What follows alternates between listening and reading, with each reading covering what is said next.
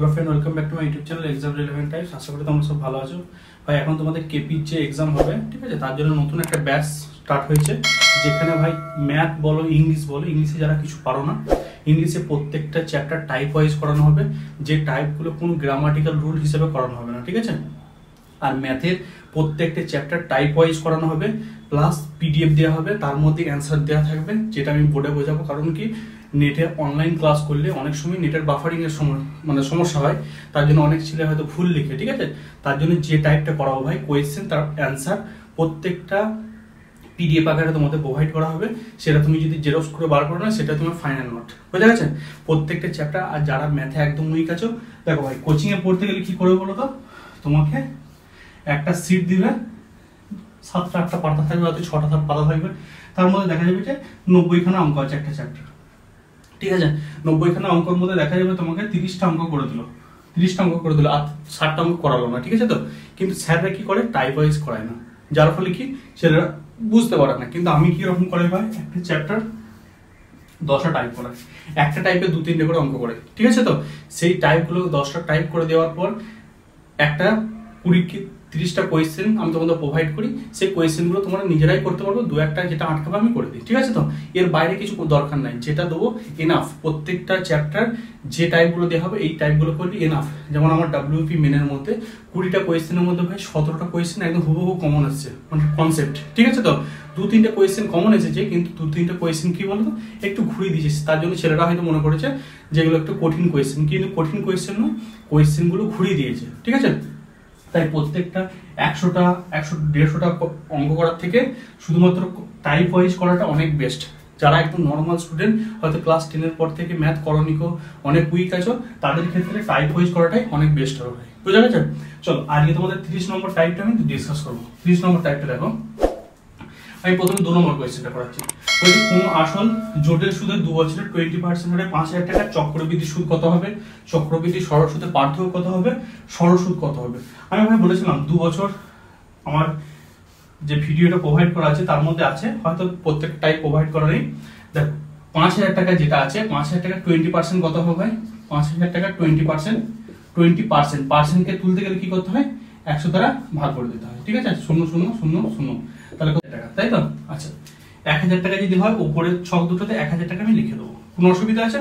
যদি 3 বছরে থাকতো, যদি 3 বছর থাকতো কি করতাম, 3 বছর থাকলে এটাও 1000 করতাম, এটাও 1000 করতাম, এটাও 1000 করতাম। 2 বছর বলেছে বলে করছি এটা, আশা করি অসুবিধা নেই। এরপরে ভাই 1000 টাকার কত পার্সেন্ট, 20%, তাহলে কত আসছে 200 টাকা, তাহলে এখানে 200 টাকা বসে দিলাম। এরপরে কাজটা দেখো কত তাড়াতাড়ি অ্যান্সার হবে, ঠিক আছে। তো কনসেপচুয়াল, যে তাহলে কি বললাম, যে আসলটা দিচ্ছে তার যত পার্সেন্ট বলবে সেটা 2 বছর ছকে প্রথম যেটা বেরবে সেটা উপরের ছকে দেবো, উপরের ছকটা যেটা আছে সেটা আবার 20% বের করবো, কত 200 টাকা। এরপর ওরা কি বলেছে, সরল সুদ কত, কি করবে, শুধু উপরের ছকটা যেগুলো আছে যোগ করে দাও, সরল সুদ বেড়ে যাবে। তাহলে যদি 2 বছরের ক্ষেত্রে সরল সুদ বের করতে কত, 1000 প্লাস 1000 কত, 2000 টাকা, তাহলে সরল সুদ কত হয়ে যাবে, 2000 টাকা। যদি এটা 3 বছরের ক্ষেত্রে যেত, সরল সুদ কত যেত, 3000 টাকা, ঠিক আছে। এরপরে বলেছে চক্রবৃদ্ধি সরল সুদের পার্থক্য কত। দেখো এইটা ভাই পুরোটা হয় কি, সরল সুদ, সিম্পল ইন্টারেস্ট, ঠিক আছে। তো এই পুরোটা কি হয়, কম্পাউন্ড ইন্টারেস্ট, মানে কি চক্রবৃদ্ধি সুদ। আর এই সরল সুদ বাদে যে পার্টটা পড়ে থাকে সেটা কি হয়, আমি বলেছিলাম চক্রবৃদ্ধি সরল সুদের পার্থক্য। আচ্ছা দেখো ভাই, তাহলে এখানে কি চাইছে, চক্রবৃদ্ধি সরল সুদের পার্থক্য, চক্রবৃদ্ধি সরল সুদের পার্থক্য কত হয়ে যাবে ভাই, 200 টাকা। আচ্ছা, চক্রবৃদ্ধি সুদ চাইছে, চক্রবৃদ্ধি সুদ পুরোটা বের করলে কত হবে, 1000 প্লাস 1000 2000, 2200 মানে কত, 2200 টাকা। কোয়েশ্চেনটা কঠিন আছে কিচ্ছু নাই, মানে এই টাইপের কোয়েশ্চেনগুলো তোমাদের কেপি এক্সামের জন্য আসার সম্ভাবনা আছে, তার জন্য আমি টাইপগুলো কন্টিনিউ করছি, ঠিক আছে। আশা করি অসুবিধা নেই। তাহলে কি বললাম, 5000 টাকা 20% যখন বের করছি, পার্সেন্ট থেকে তুলতে গেলে 100 দ্বারা ভাগ করলাম, কত হচ্ছে, 1000 টাকা আসছে ভাই। তাহলে 1000 টাকা, এখানে 1000 টাকা, এখানে 1000 টাকা। আবার 1000 টাকা 20% মানে ছকটাতে ফিল করতে হবে, তাহলে 1000 টাকা 20% মানে কত, 200 টাকা। তাহলে 200 টাকা দিয়ে দিলাম। তাহলে এখন সরল সুদ বলেছে, সরল সুদ কি হবে, শুধুমাত্র উপরের ছকটা যোগগুলো হবে। তাহলে 1000 প্লাস 1000 2000 টাকা। চক্রবৃদ্ধি সরল সুদের পার্থক্য কি, সরল সুদ বাদে যেটা পড়ে থাকবে সেটা পার্থক্য, মানে কত হচ্ছে 200 টাকা। আর চক্রবৃদ্ধি সরল সুদ কত হবে, সরি চক্রবৃদ্ধি সুদ কত হবে, পুরোটা যোগ করে দাও, 2200 টাকা। আশা করি কোনো অসুবিধা। আরো টাইপ আছে চক্রবৃদ্ধি, আমি জাস্ট আজকে একটা টাইপ তোমাদের সঙ্গে ডিসকাস করবো। দেখো 3 বছর বলেছে ভাই, 3 বছর সব কিরকম হবে, 3 বছর সব। 2 বছরের ক্ষেত্রে 2 বছর দুটো ছিল একটা ছিল, এখানে 3টে দুটো একটা এরকম হবে, ঠিক আছে। এখানে কি বলেছে 10,000 টাকা, ঠিক আছে তো 10,000 টাকা কত পার্সেন্ট বলেছে 10%, পার্সেন্টে তুলতে গেলে 100 দ্বারা ভাগ করে দিতে হবে। আচ্ছা তাহলে কত 1000 আসছে, আচ্ছা 1000, এটাও 1000, এটাও 1000। আবার দেখো এইখান থেকে কত তার 10% আসবে, 1000 টাকা কত পার্সেন্ট 10%, কত আসবে 100 টাকা। এইটার জন্য তো 100 হলে এই দুটোর জন্য কত আসবে 100 ইনটু মানে 100 প্লাস 100 কত হবে 200 হবে, বোঝা গেল না যায়নি, মানে এইটার জন্য 100 এলো, এর ডবল কত হবে 200 হবে, এর পাশে যদি থাকতো সেটা 300 হতো, তার পাশে থাকলে 400 হতো, বোঝা গেছে। তাহলে কি এই যে এইটা কত 100 টাকা হলো, মানে 1000 টাকা 10% মানে কত 100 টাকা হলো, 100 টাকা এই ঘরটা কি হবে তার ডবল হবে, তারপরে থাকলে কত ট্রিপল হবে, বোঝা গেছে। আবার দেখো 100 টাকার কত পার্সেন্ট 10%, কত হবে 10 টাকা, 10 টাকা দিলাম। এরপর ওরা কি চেয়েছে বলেছে 3 বছর সুদে আসলে কত, এইখানে যদি ভাই যদি সরল সুদ চাইতো কত হতো, সরল সুদ হয়ে যেত 3000 টাকা, যদি চক্রবৃদ্ধি চাইতো তাহলে পুরোটা যোগ্যতা 1000 2000 3000 3310 টাকা, বোঝা গেছে। যদি চক্রবৃদ্ধি সরল সুদের পার্থক্য চাইতো তাহলে কি হতো 200, মানে সরল সুদ বাদে বাকিটা 200 300 310 টাকা। আশা করি ক্লিয়ার হয়েছে। কিন্তু আমার অ্যান্সার চাইছি কি 3 বছর সুদে আসলে কত, তাহলে চক্রবৃদ্ধি সুদ কত, চক্রবৃদ্ধি সুদ মানে আমি চক্রবৃদ্ধি সুদ লিখছি, চক্রবৃদ্ধি সুদ কত 1000 প্লাস 2000 3000 3310 টাকা, এই চক্রবৃদ্ধি সুদ বের হলো। কিন্তু ওরা চেয়েছে সুদে আসলে, তাহলে সুদে আসলে কত হবে ভাই 10,000 টাকা তো ছিল এমনিতে, তার সঙ্গে কি সুদরাও যোগ করতে হবে 3310 টাকা, তাহলে কত 13,310 টাকা, তাহলে উত্তর আমার হয়ে গেল। আশা করি কারো অসুবিধা নেই। তাহলে কি বললাম ভাই, যদি প্রথম ছকটা যেটা পাবো সেটা কি হয়ে যাবে সরল সুদ হয়ে যাবে, পুরোটা যোগ করলে কি হয়ে যাবে চক্রবৃদ্ধি সুদ হয়ে যাবে, আর সরল সুদ বাদে যেটা পড়ে থাকবে সেটা কি হয়ে যাবে তার পার্থক্য হয়ে যাবে। কিন্তু ওরা কি চাইছে, ওরা সরল সুদ এবং চক্রবৃদ্ধি সুদের মানে সরল সুদ মানে কি বলেছে সুদের মূল্য কত হবে চক্রবৃদ্ধি সুদ, তাহলে আমি চক্রবৃদ্ধি সুদ কত পাচ্ছি 3310 টাকা, আর আমার আসল কত 10,000 টাকা, সেটা যোগ করতে গেলে কত 13,310 টাকা। আশা করি কোনো অসুবিধা নেই ভাই। ইংলিশে প্রত্যেকটা চ্যাপ্টার এভাবে টাইপ ওয়াইজ করানো হয়, ঠিক আছে। হয়তো টাইমের কারণে আমি প্রোভাইড করতে পারছি না, দু একটা যে টাইপ প্রোভাইড করছি সেটা তোমরা দেখো, এগুলো তোমাদের খুব কাজে লাগবে, ঠিক আছে। আর যারা শিখতে চাও ম্যাথ, আমি এইটুকু বলবো, কমেন্ট করছে ব্যাচের মধ্যে যে স্যার আপনি ফিজটা একটু বেশি নিচ্ছেন, অনেকে বলছে, ঠিক আছে। তারা একটা কথা বলছি ভাই, ফিজ 3টে সাবজেক্ট পড়াচ্ছি, ফিজগুলো একটা বেশি নেওয়া হয়নি, ফার্স্ট কথা। দ্বিতীয় কথা হচ্ছে আমি যে ওয়েতে পড়াই ভাই, অনেক স্যার হয়তো 60 টাকায় দিবে 70 টাকায় দিবে, ঠিক আছে তো প্রোভাইড করছে তোমাদের, কিন্তু তারা কি কোনো রকম টাইপ ওয়াইজ শেখাচ্ছে না ভাই। যে অঙ্কগুলো শেখাচ্ছে হয়তো অঙ্কগুলি শিখতে পারবে, অঙ্ক নামাতে পারবে না, কিন্তু আমার ব্যাচের মধ্যে ছেলেরা যে আমি একদম বেসিক থেকে, আমি ধরে নিয়েছি সে অঙ্ক 0, ঠিক আছে তো, একদম যে চ্যাপ্টারটা ধরে একদম বেসিক থেকে শুরু করে নিয়ে যতটা তার দরকার ততটা টাইপ আমি করে দিই, ঠিক আছে।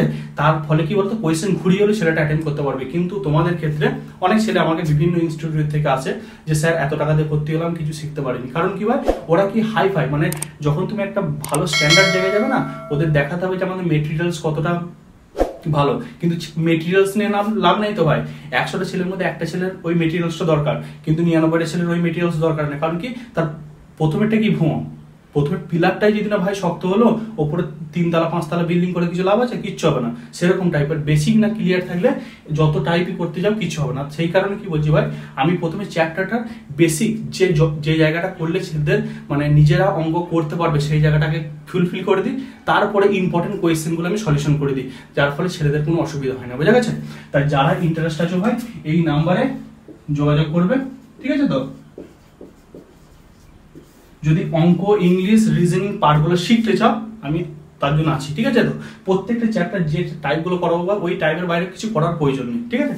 আর যারা খুবই দুর্বল তাদের ক্ষেত্রে বলছি WBCS এক্সাম দাও ভাই, পিএসসি দাও, রেলওয়ে দাও, ঠিক আছে, MTS দাও, যে কোনো WBP দাও বা KPA এক্সাম দাও, SI এর এক্সাম দাও, যা এক্সাম দেবো ভাই যে টাইপগুলো করাচ্ছি এনাফ, মানে নিজে অঙ্ক করতে শিখতে মানে নিজে করতে পারবে সেরকম কনসেপ্ট শেখানো হয়, ঠিক আছে।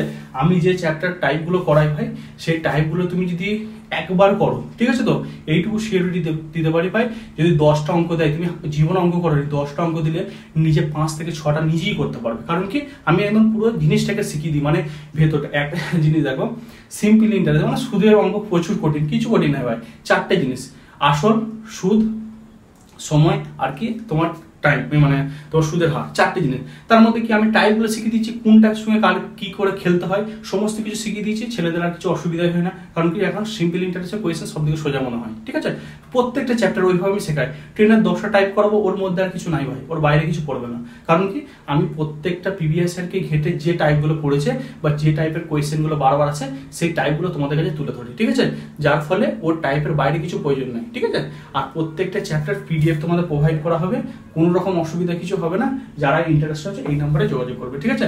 কেপি বা ডাব্লিউপি আপকামিং যেগুলো ফর্ম বেরোচ্ছে বা এক্সাম হবে তাদের জন্য, যারা ইন্টারেস্ট আছে এসআই বলো প্রত্যেকটা এক্সামের জন্য ভাই তোমরা যোগাযোগ করবে। ইংলিশ বা দেখে উত্তর হবে, কিছু দরকার নেই। পিকিওয়ার্ডস ভয় খাও, পিকিওয়ার্ডস ভয় খাওয়ার কিছু নাই, দেখবে অ্যান্সার করবে। কনসেপ্টগুলো প্রত্যেকটা মানে টাইপ ওয়াইজ শেখানো হবে, ঠিক আছে।